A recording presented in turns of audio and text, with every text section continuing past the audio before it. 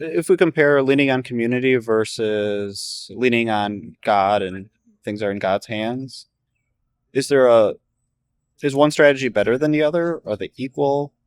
I think they're pretty equal. And this might sound odd to someone who like doesn't really believe in God and all that stuff, but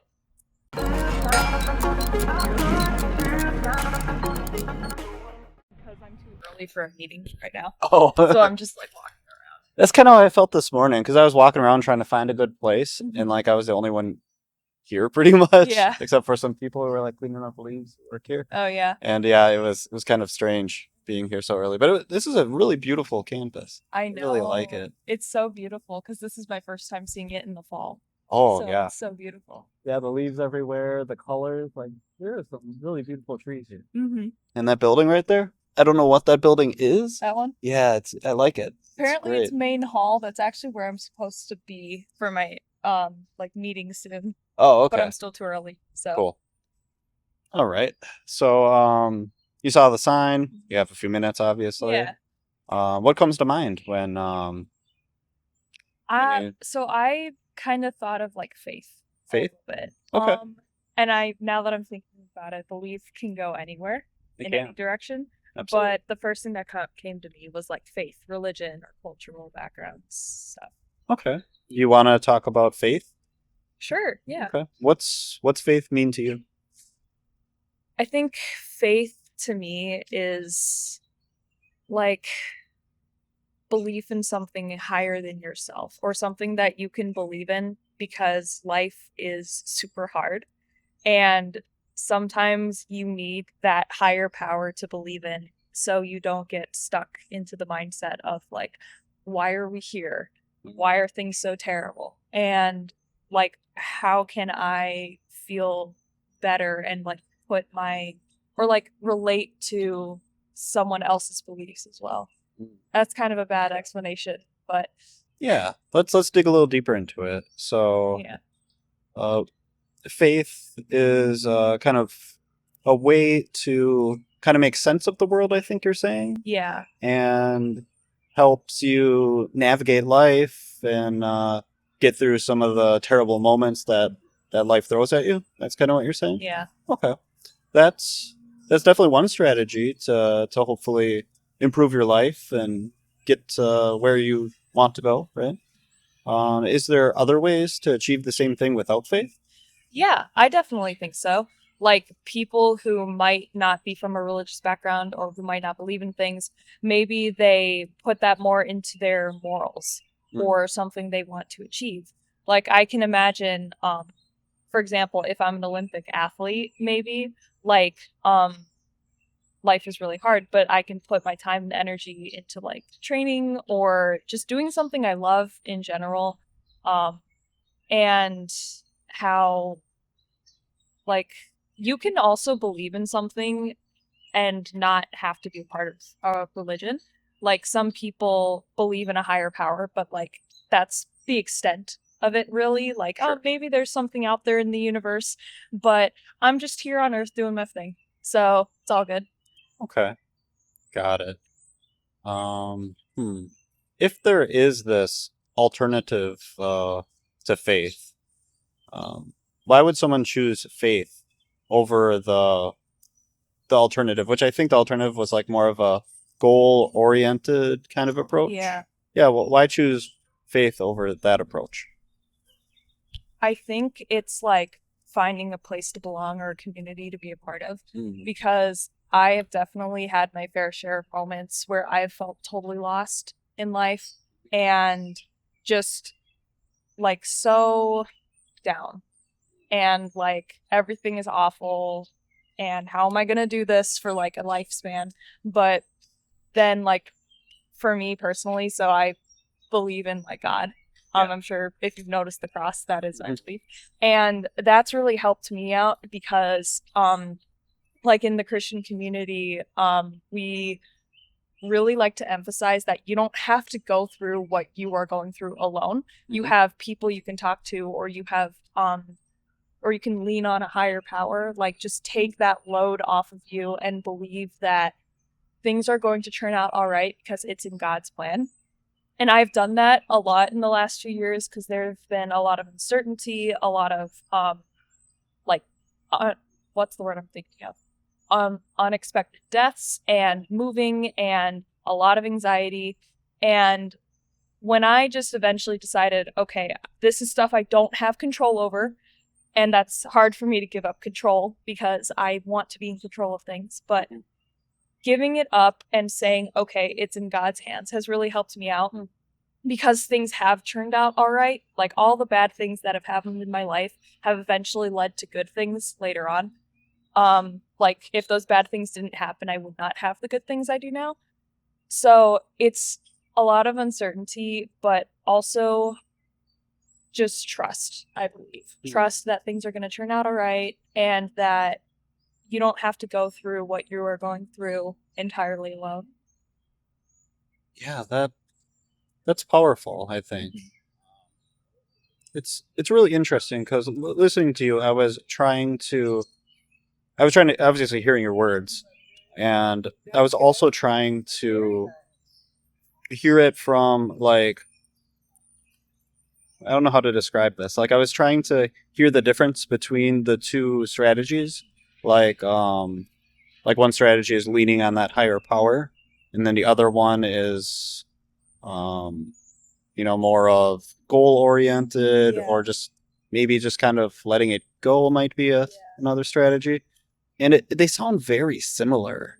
Like one has the higher power, like it's in God's hands, but also at the same time, it's like out of your control. And I think using both ideas, both strategies, both worldviews, I guess maybe that's the right term. Yeah. They both kind of have that essence of it's out of my control, but one has the higher power and one doesn't. Is there some sort of significance to the higher power? Like, does that play an important role? Significance how? Like in life or in everyday affairs? I guess I'm not sure the difference between those two. Okay. Well, I guess we can double back and say, like, yeah, they are very, very similar. Like, one thing everyone has in common is that oftentimes things are out of our control. And we can fall down this rabbit hole of, oh my gosh, things aren't in my control. And I personally have freaked out on more than one occasion, definitely, because not having control scares me. But in my experience, I have just kind of learned, like, okay, I don't have control over this, so let's just see where this goes. I'm putting it in God's hands. But let's say I wasn't religious, I would probably lean on help from community or friends, or maybe even trust my own instincts that everything's going to be all right. Okay. Because my faith is very important to me, but I know some people have a bad experience with faith or have never grown up with a faith background. So I can see how different people would kind of deal with that a little bit. Like they can either immerse themselves into a goal, which might not entirely be healthy from experience and just what I've seen, but other things can be really good as well. And I think one thing everyone can come together and agree on is that leaning on community is something that happens a lot. Yeah. Yeah. Totally. Okay.